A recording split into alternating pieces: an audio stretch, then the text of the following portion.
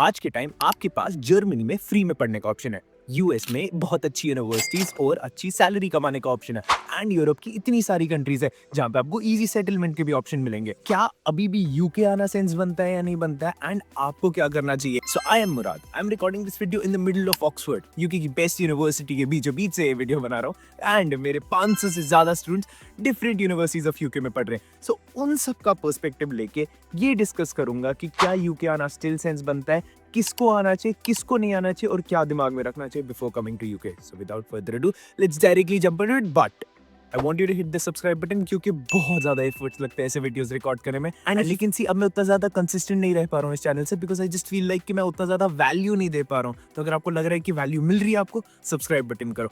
नहीं लग रहा है वैल्यू नहीं मिल रही है, मत करो, आई विल स्टॉप देन। नहीं करूंगा स्टॉप, बट फिर भी अगर सब्सक्राइब कर दोगे तो अच्छा लगेगा।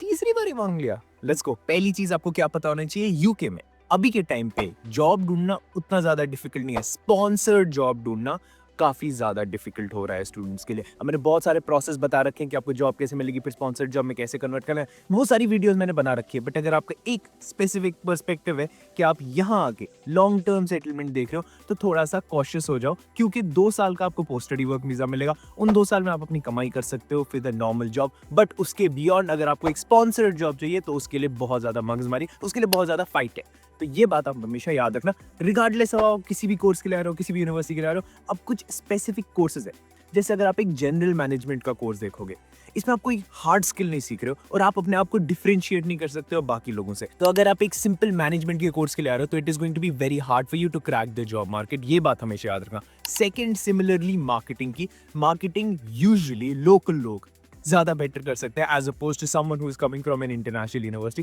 तो अगर आप इन 2 जनरल कोर्सेज के लिए आ रहे हो, मार्केटिंग और मैनेजमेंट, आई वुड से उतना ज्यादा सेंस नहीं बनता। अब अगर आप मैनेजमेंट करना चाहते हो, एमबीए करना चाहते हो, एमआईएम करना चाहते हो या फिर एमएसबी करना चाहते हो, then you should be looking at US या फिर यूरोप भी चेक कर सकते हो। But MBA specifically is a US product. MBA के बाद salaries are usually higher in US. तो अगर आप वैसे कोर्स एमबीए के लिए जाना चाहते हो देन यूएसए। अगर आप सैलरीज उतना ज्यादा हाई नहीं देखना चाहते हो बट एक गुड लिविंग देखना चाहते हो, एक गुड हैप्पी लाइफ देखना चाहते हो, then Europe is definitely not a bad option. आप यूरोप भी कंसिडर कर सकते हो। तो इसका क्या मतलब है, मुझे एमबीए बिल्कुल ही यूके से नहीं करनी चाहिए? Absolutely not. अगर आपकी टॉप यूनिवर्सिटीज में एडमिशन हो रहा है यूके में, definitely you can come to UK. यहाँ पे है अभी भी जॉब्स, थोड़ा सा मगजमारी है, थोड़ा सा लंबा प्रोसेस है to get a job, but अभी भी काफी सारी जॉब्स यूके में भी हैं। बट अगर आपको एक स्टेबल पाथ चूज करना है और आप उतनी अच्छी यूनिवर्सिटीज में नहीं एडमिशन ले पा रहे हो, then US is definitely a better option, जहां पे आपकी सैलरीज भी हायर होंगी as opposed to UK. Second, अगर आपके पास कम बजट है, आपको एक ही साल में डिग्री करनी है, तो आप यूके डेफिनेटली कंसिडर कर सकते हो।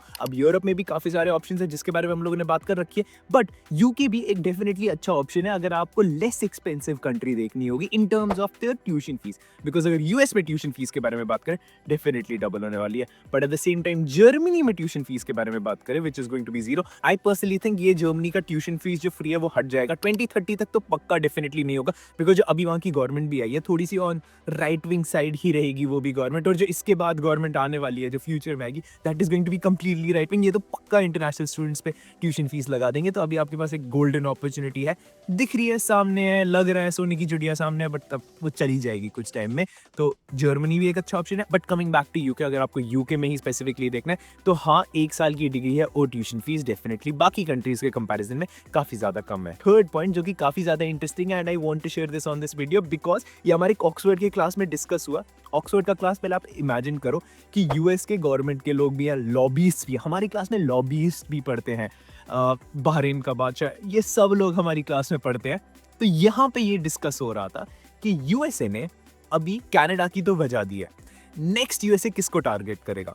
Next USA will be targeting Europe and UK को टारगेट नहीं करेगा, which was very shocking to me and I was like why do you think so, ऐसा क्यों? एंड ये स्टांस ऑक्सफोर्ड की क्लास में एक यूएस के पॉलिटिकली इंक्लाइंड फैमिली के मेंबर का था एंड आई वाज लाइक ये क्या चल रहा है? एंड उसकी अगर आप रीजनिंग सुनोगे आप भी बहुत ज्यादा अमेज हो जाओगे। And please follow me, he says अगर आप यूरोप और यूएस का ट्रेड देखते हो तो यहाँ पे यूएस ट्रेड डेफिसिट में है एंड ट्रम्प की पॉलिसीज उन कंट्रीज के अगेंस्ट है जहां पे उनका ट्रेड डेफिसिट चल रहा है। Again he talked about India also, तो इंडिया का भी ट्रेड डेफिसिट है यूएस के साथ, जहां पे इंडिया एक एडवांटेजेस पोजीशन पे है, यूरोप भी एक एडवांटेजेस पोजीशन पे, एंड ट्रम्प वो खत्म करना चाहता है। तो that is why Trump is implying tariffs. And अगर ये टैरिफ्स आ जाते, कनाडा की इकोनॉमी की बच गई, मेक्सिको की बच गई, Europe would be next according to them.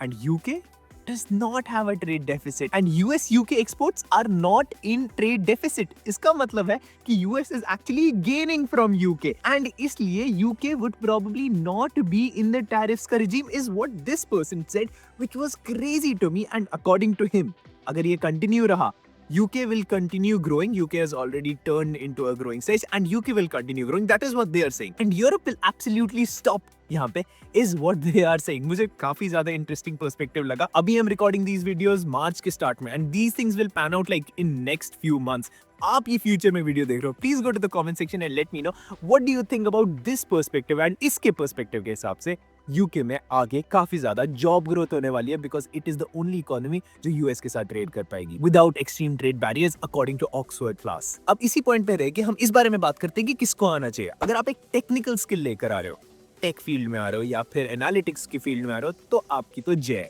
You will have a much better life. जितना ज्यादा आपका टेक्निकल एक्सपोजर रहने वाला है उतना ज्यादा यूके आपके लिए ज्यादा अच्छा रहने वाला है. जितना कम आपका टेक्निकल एक्सपोजर रहने वाला है उतना यूके आपके लिए प्रोबेबली खराब रहने वाला है. This is a general sweeping statement but ऐसा मैं देख रहा हूँ. या तो आप अच्छी यूनिवर्सिटी हो या तो फिर टेक्निकल स्किल्स लेकर आओ. अगर आप दोनों चीजें नहीं लेकर आ रहे हो आपकी बहुत ज्यादा बैंड बजने वाली है. अच्छा, one more thing I love about UK is English. मैं काफी टाइम जर्मनी में रहा एंड काफी टाइम नेदरलैंड्स में रहा. आफ्टर अ पॉइंट 5-6 दिन ठीक है but if you have to live in that country, हर दिन वही लैंग्वेज बोलनी है और वो लैंग्वेज मुझे नहीं आती है, it is going to be really hard. With UK at least, it's completely English, which I love. Ireland also, but UK तो next level पे चला जाता है. So this one thing I keep on deducting points from all the European countries just because वहाँ पे एक language barrier है, which is very true. And honestly, I sometimes feel like कि मैं नहीं कर पाऊँगा.